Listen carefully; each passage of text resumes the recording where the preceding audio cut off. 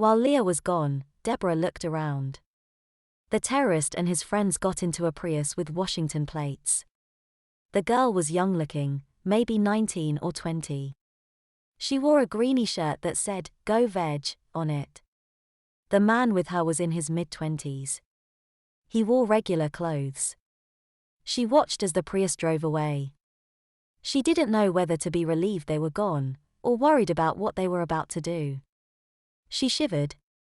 Her pee-drenched jeans were beginning to cool and the wet clammy fabric clung to her. People driving by slowed and stared at her. She covered her wet crotch with her hand, but it only rubbed the fabric of her panties against her privates. She blushed and held her hand further in front of her. She knew she would need to explore this feeling later, but now she had more reasons to want to change into dry pants. She thought of the past accidents and thought about what triggered them. They occurred whenever she was alarmed and scared about something to do with the attack. Last night's bedwetting was the exception, so maybe it was an anomaly or maybe she was just off about the whole accident thing to begin with. She did know she had no way to stop them or even predict them. She thought of the bag of Depends on the floor of her closet. A tear ran down her cheek when she realized what she would have to do. Leah came out of the restaurant about 15 minutes later. They didn't have any French silk. "I got Reese's peanut butter cup pie," she said. She unlocked the passenger side door for Deborah and took the pie out of the plastic bag. She put the bag on the seat. "You can sit on this bag," she said.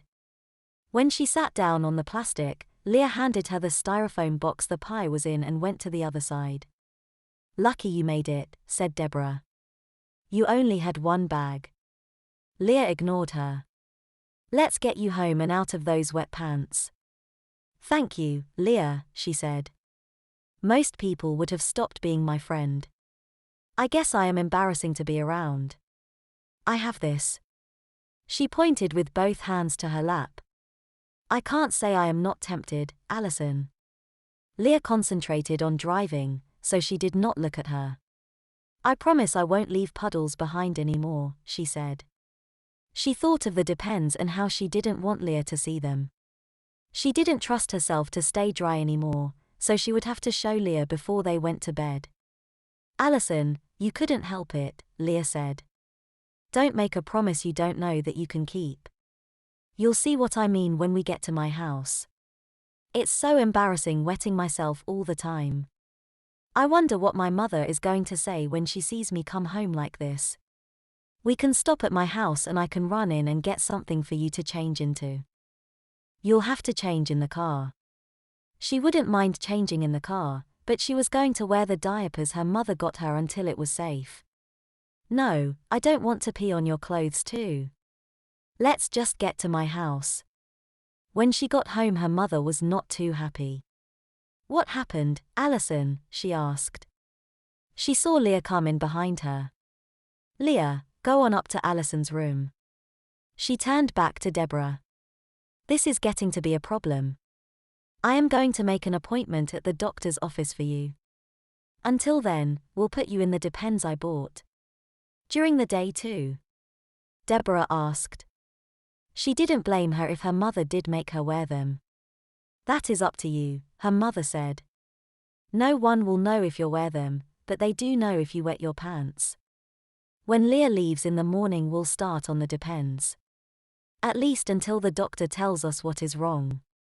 Deborah closed her eyes. "I'll wear them." If this wasn't a punishment for wetting her pants, the whole situation was a punishment for not saving those children. "I'll wear them now." She kept her head down and could not even look at her mother. "Go take a shower.